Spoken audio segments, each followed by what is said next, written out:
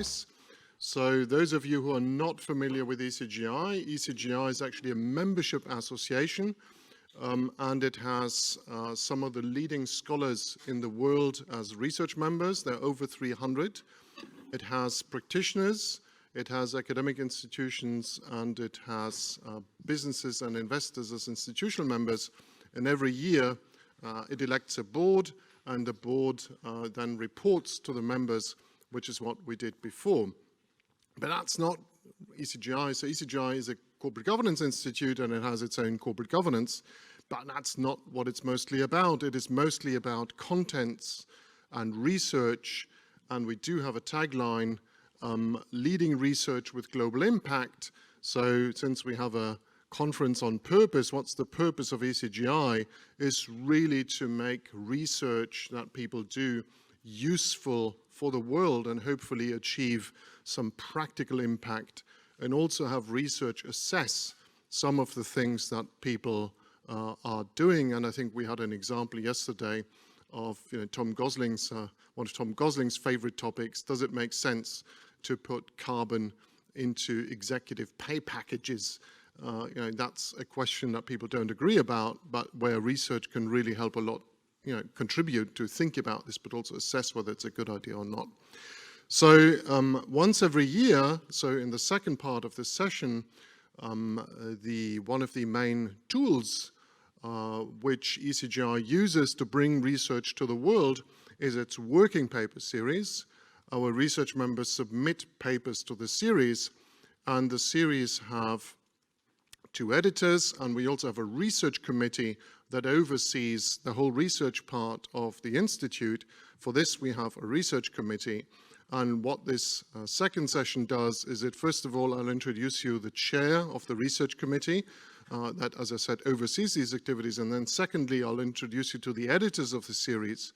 And then what the editors do once a year is they select the best prize in the law series and in the finance series, and then put these papers forward to honor them, but also to highlight that research is really what the Institute is about.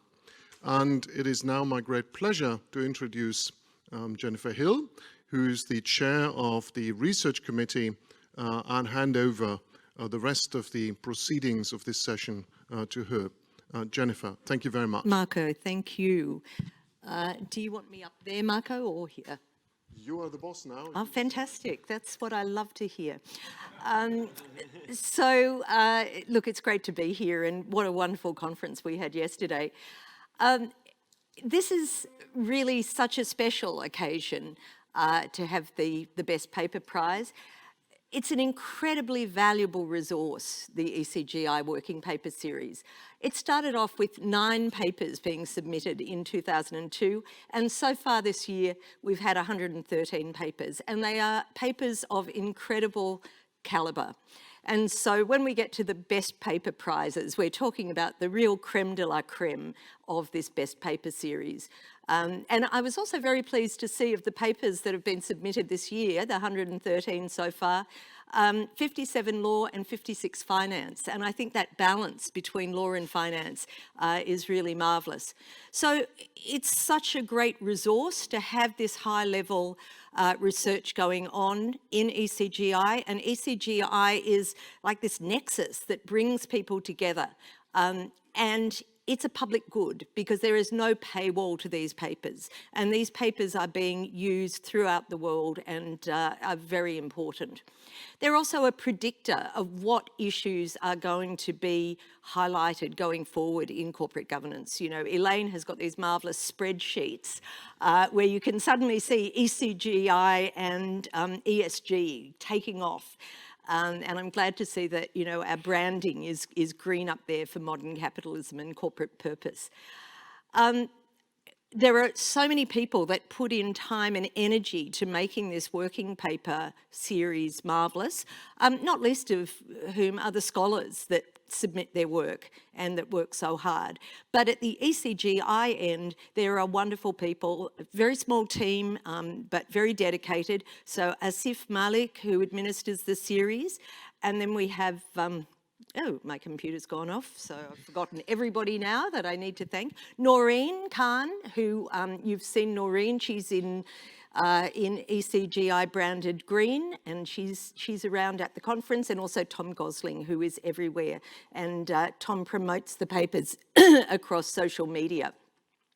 Other people that I would like to thank Mike Burkart and Amir Licht, who are up on stage with me, because they basically are the guides to the series, both the finance and the law working papers, and that is an enormous amount of time and energy from them as well. So thank you, Amir, and thank you, Mike.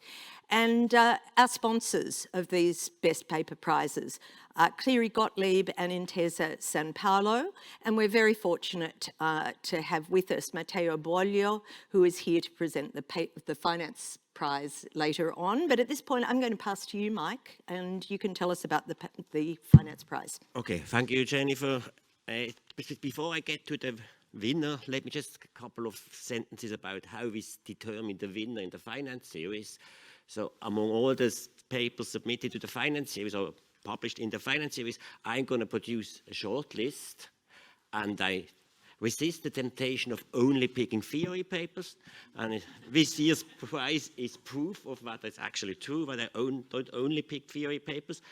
And then I hand over to the shortlisted papers to the editorial board of the finance series, whom I want to sort of mention and thank for their services. So this is Rene Adams from Oxford, it's Franklin Allen from Imperial, it's Julian Franks from LBS, it's Mireia Ginet from IESE, and Marco Pagano from Federica Secondo in Naples. So then when look at the shortlisted paper and basically determine the winner, and I sort of abstain. And this year was really a big consensus or agreement on who is the winner, and the winning paper is not going to be a surprise because it has been announced, but it did win by a fair margin. And the winner is of the 2023 ECGI Finance Prize goes to José Azar and Xavier Vives for the paper revisiting the anti-competitive effects of common ownership. Okay, so.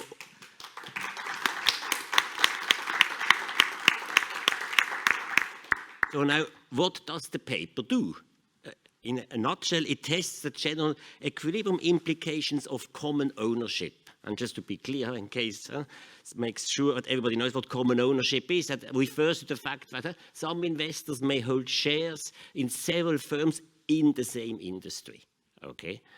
And this has, in the recent years, there has been a rapid increase in common ownership. And most of you will guess why, because increase in institutional investments and in particular in the index funds.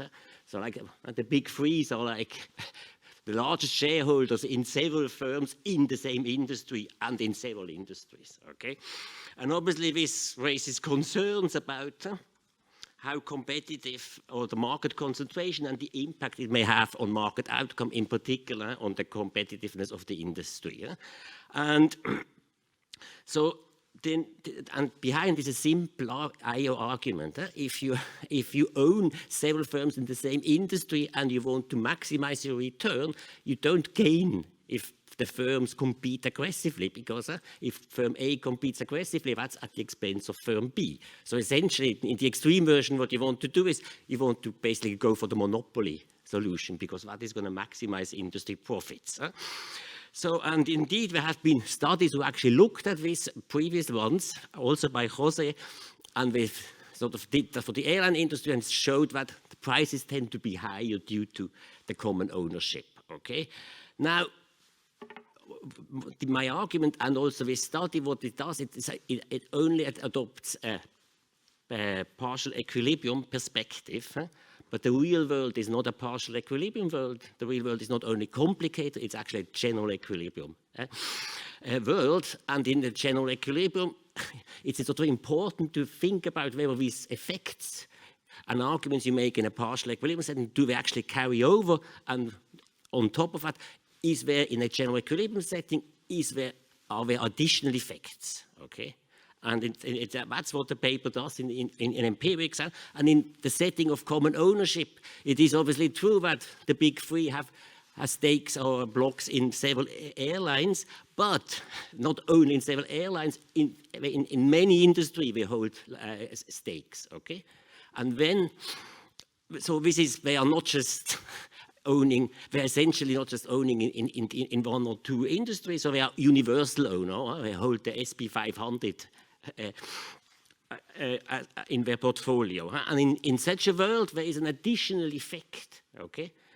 If one firm, if one industry expands, there's going to be positive spillover effects for other industries, okay? And this is basically pushing incentives. If you now own all the firms in the world, you actually don't want the monopoly solutions. You want to actually you go to more competitive outcomes, okay? And this is what the prize-winning paper does. It actually tests this, and it tries to measure the intra-industry as well as the inter-industry effect of it. Okay, and then they do it for the airline industry in part because they already have the data, but also to compare it to the earlier study, which was a pure partial equilibrium study. Okay, and just I leave it to José and Xavier to explain to you the details of the paper, but just sort of the main result is that the inter-industry common ownership has indeed a pro-competitive effect, meaning it tends to lower the ticket prices in the airline in the US airlines. And nonetheless, the intra-industry effect is still here, meaning that that is going to tend to increase the ticket prices. And then what's the overall effect? That can be positive or negative.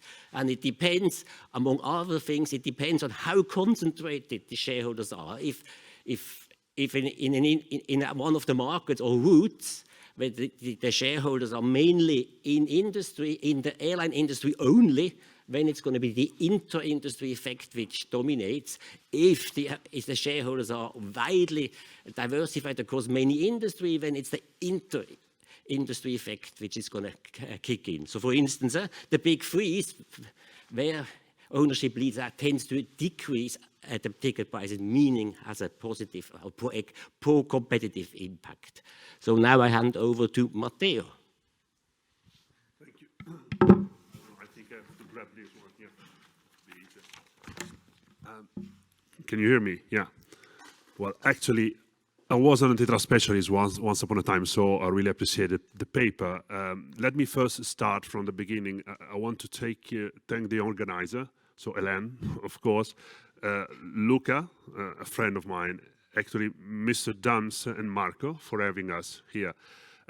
It's a very simple reason why we are here. We do believe as a bank that there must be a connection between academics and practitioners and companies. So the way we actually support this kind of organization goes back to this simple idea, because you actually debate on things, you actually research on things, and corporate governance is truly a matter of importance, also for big corporations as a bank I do represent. We are the fourth bank in terms of capitalization in the European market. We know that we seem like a Brazilian company, but we are not. We are an Italian company with international presence, and we are wholesale banking. So for us, it's really important to support like a free, independent fora in which you can discuss topics important like corporate governance. And why is that today? Sorry, if I may, I take the 2 minutes just to say why we support this. Because things are changing faster. We went through like a big revolution, which was the digital revolution. We tried to actually lead this revolution, but we also were in the middle of it.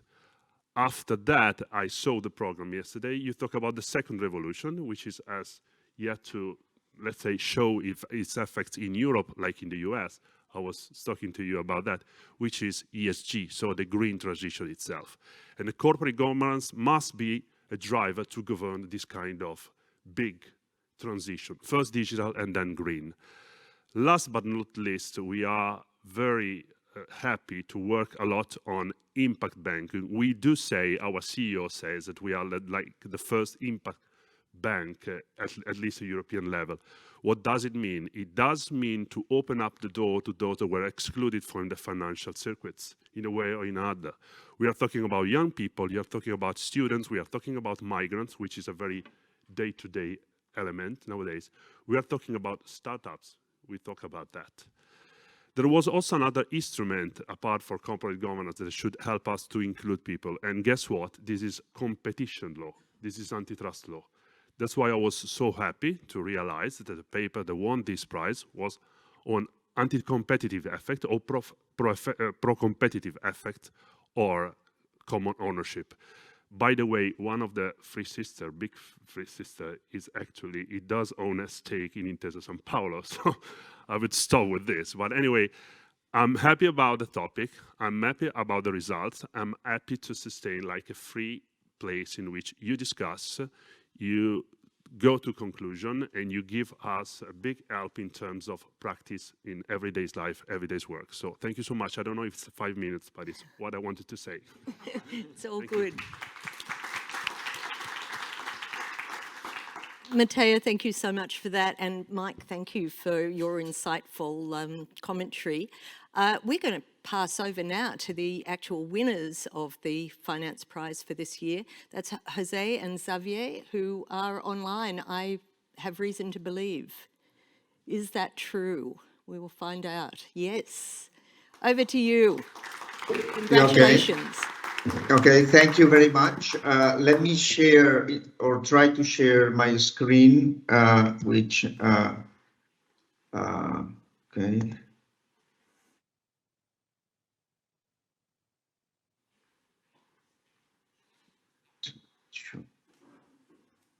Okay, so you see the screen? Yes? Yes. Okay, thank you.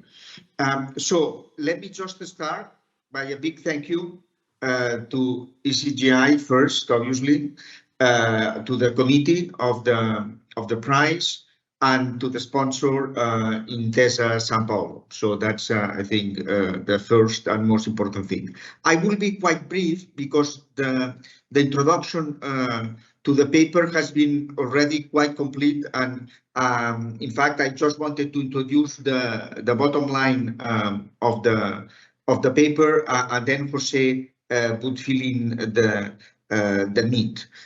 So let me just remind very quickly on the rise of common ownership. The world of dispersed ownership in the US, for example, of Berlin means that was analyzed in the 30s, no longer applies. And we know why, because of the rise of institutional investment and the increasing concentration in equity, ownership, and management.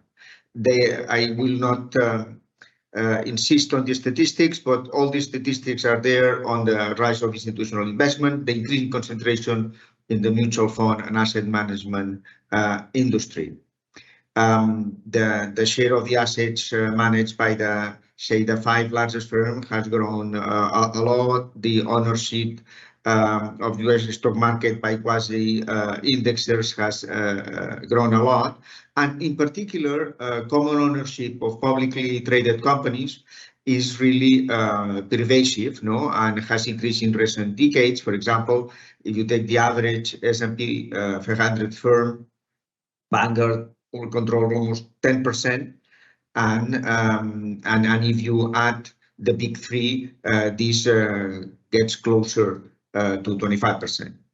So if we go to the airlines, and this is a table from the paper by José and co-authors, the previous paper on José and co-authors, we see that on the top owners of US airlines, many are common. And basically, we have 2 types of common owners. So we have the types of the BlackRocks and Vanguard and State Street, big funds that tend to be present in all the airlines.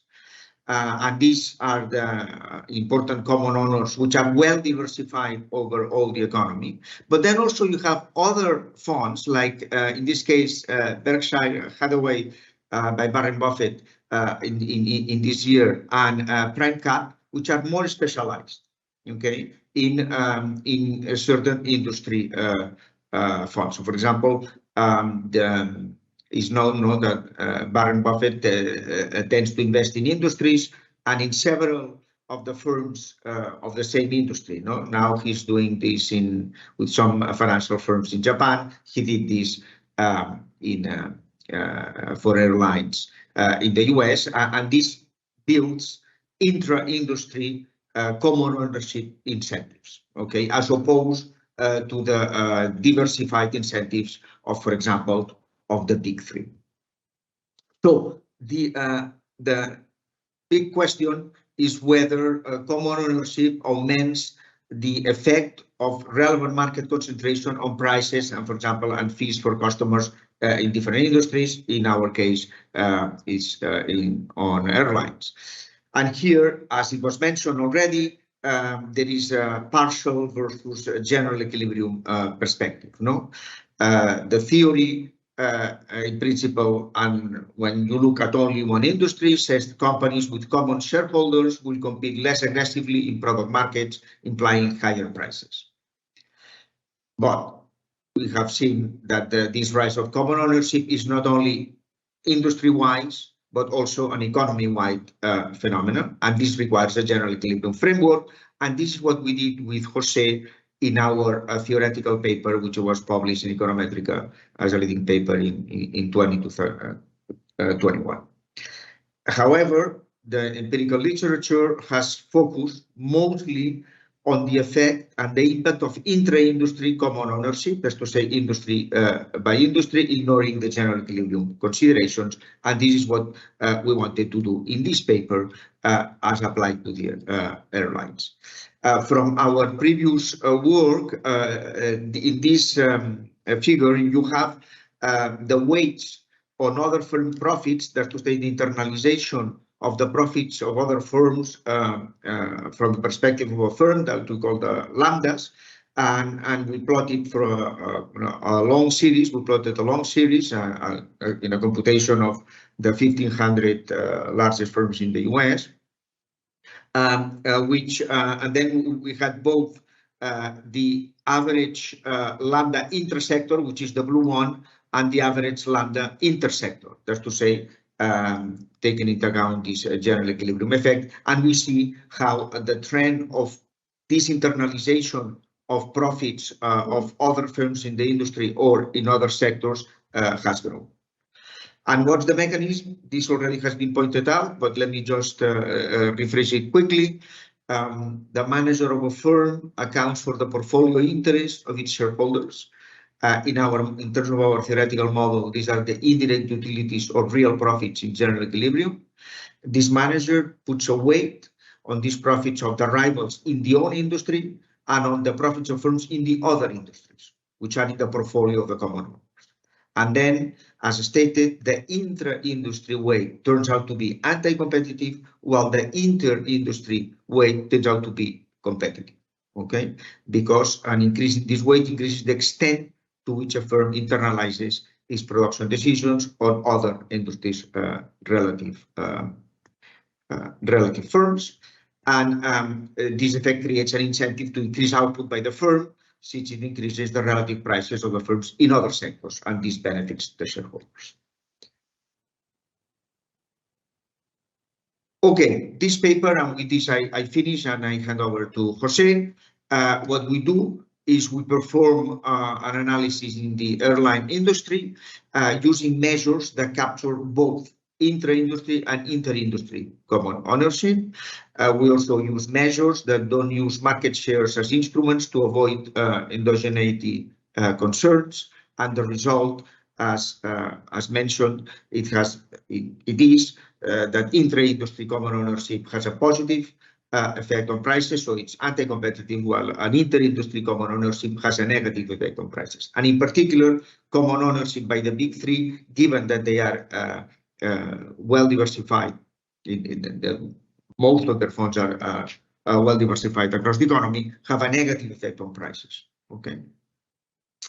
So conclusion, and with this I hand on to José. General equilibrium effects must be taken into account in the context of oligopoly with common ownership.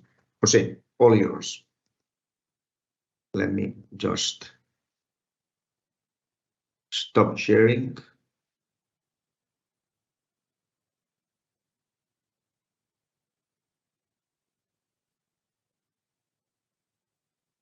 Thanks, Xavier. Here, let me see if I can share the window with my slides. But actually, if I click on window, I can't do it now. We did it earlier. There. And there is. So I'm assuming people can see my slides. I'll put them in full screen. Yeah. So as Xavier said, thank you to ECGI and Intesa Sanpaolo for the prize. And building on what Xavier said, we tested this general equilibrium theory with the common ownership and the different implications that it has relative to the partial equilibrium theory that was the motivation for the first paper in airlines that we did. And here the idea is that we took data, essentially the exact same data that we used for the first airlines paper from 2018, and we added a measure of inter-industry common ownership. And we look at what happens in order to test the general equilibrium implications from the previous paper with Xavier. So we take the same data as before. This is data, public data on airlines from the Bureau of Transportation Statistics and data on ownership from Thomson. And then one modification that we did was using bunch of voting power indices instead of proportional control, but that's more of a technical thing. And then we calculated the lambdas, which are the measures of common ownership for each pair of airlines at a given year quarter. And then we also calculate the common ownership between each airline and S&P 500 companies that are non-airlines on average. And then we calculate unweighted versions without market shares to use as instruments. What we see is the results don't change much when we use the versions that don't use market shares. So that may help mitigate concerns about endogeneity. So this is the table that Xavier showed before on the ownership of the airlines, although this is from 2014, so it's a slightly different set of shareholders. And as he pointed out, there are two types of shareholders. Broadly speaking, you have the big and diversified shareholders, such as BlackRock, Vanguard, and State Street. And then you have shareholders like PrimeCap or Warren Buffett or Deutsche Lufthansa that may have some common ownership, although not in the case of Lufthansa, but in the case of PrimeCap, intra-industry but not inter-industry. So what we see here is that intra-industry common ownership is on average 0.34. That means that an airline on average values $1 of profits by another airline, by a competing airline, as much as 34 cents of its own profits. Right, and the inter-industry common ownership on average is 0.27, which means that an airline values $1 of profits of a non-airline company, so one of the non-airline Standard & Poor's 500 companies, as much as 27 cents of their own profits. This is speaking of the airline's shareholders, right? From their point of view, on average, that's due to their overlapping ownership. That's how much weight they would put on the competing firms' profits or on the other industry's profits, other industry firms' profits. But if you look at we can divide this 0.34 into two, the part that's coming from the big three and the part that's coming from the others. Right, so we have lambda intra big three and lambda intra other, and this is essentially a sum of these two, so we can do a decomposition that is a sum. And so the one from the big three is 0.11, and then the one from other is 0.23. So about a third of this intra-industry common ownership is from the big three, and 2/3 are from other shareholders that are not the big three. And for the lambda, for the inter-industry lambda of 0.27, it's a bit more than half is coming from the big three, and less is coming from the others, right? So the big three are more diversified than the average shareholder, and interestingly, for the big three, inter-industry common ownership is larger than intra-industry common ownership, whereas for the other shareholders, intra-industry common ownership is almost twice as much as inter-industry. common ownership. So this shows an example of the matrix of common ownership weights that we see among the airlines, and then what's the average weight that an airline puts on another airline here for each of the airlines, and what's the average weight that they put on the S&P 500 firms, right? So for example, American Airlines would put, in terms of the incentives of their shareholders, would value $1 of profits by another airline on average as 54 cents of its own profits. And it would value $1 of profits by the S&P 500 firms that are not airlines as 47 cents of its own profits, and so on. So if we put these two measures into exactly the same regressions that we had done on airlines in the paper with Isabel Tecu and Martin Schmaltz, what we find is that the intra-industry common ownership has a positive effect, but the inter-industry common ownership has a negative effect. And then we can also separate, as I showed you, the intra-industry common ownership into the big three and others. And what we see is that intra-industry common ownership, if we don't control for inter-industry common ownership, intra-industry common ownership by the big three has a negative association with prices, and intra-industry common ownership by others has a positive association with prices. If we control for inter-industry, what we see is that both intra-industry have a positive effect and both inter-industry have a negative effect. And then as a robustness check, we also looked, if we don't separate it as big three and others, but more diversified and less diversified, we see a similar picture. So essentially, both for the big three and others, intra-industry common ownership is positively associated with prices, and inter-industry is negatively associated with prices. But because intra-industry and inter-industry are correlated, when you don't include inter-industry, the big three have the big three's intra-industry is proxying for the inter-industry and is negatively associated with prices. And if you compute the overall effect on prices route by route, then the distribution of the effect on prices for the big three common ownership is on average negative or close to zero. Negative and close to zero. And there's a big positive effect of common ownership by other non-big three shareholders when you do a total of the effect of their intra-industry and the inter-industry common ownership. So those are the main results. There are more extensions of this empirical analysis in the paper, so but these were I think the most important ones. So in summary, we tested empirically one of the key predictions of general equilibrium oligopoly theory, which is that inter-industry common ownership should be associated with lower prices in product markets, while intra-industry common ownership should be associated with higher prices. We used that using data from the airline industry. We constructed the measures of common ownership. We find results that are consistent with the predictions of our theory, but there could be other potential general equilibrium effects or vertical effects for what we're seeing, right? So we cannot say that this is 100% due to the general equilibrium effects mechanisms that we model in the paper. And empirically, it may be a bit hard to disentangle both because, you know, in the end, all of it is inter-industry common ownership, and it's not trivial to say how much of this is because of vertical relations, say, with oil companies, or how much is because of the purely general equilibrium effects that we're like more and broader general equilibrium effects that we're describing in the theory of the econometrical paper. So to conclude, this result has implications for the common ownership debate, especially as it relates to large and diversified asset managers, of which the most salient example are the big three. So these asset managers hold companies across the economy, as Xavier said. This has raised concerns that they could lead to higher prices in product markets. In this paper, we show that that's not necessarily the case. And the prediction from a simple general equilibrium oligopoly model is that the universal owners should be associated with, if anything, lower product market prices.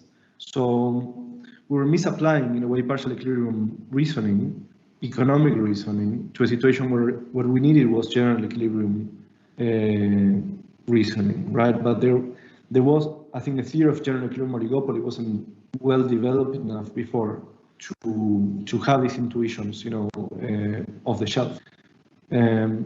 So there could be, so this means maybe the main concern of about the big three and broadly diversified asset managers is not necessarily what we found easiest to test, right? Which is that and what was maybe the most obvious but actually wrong idea, which is that they could raise prices in product markets across the economy.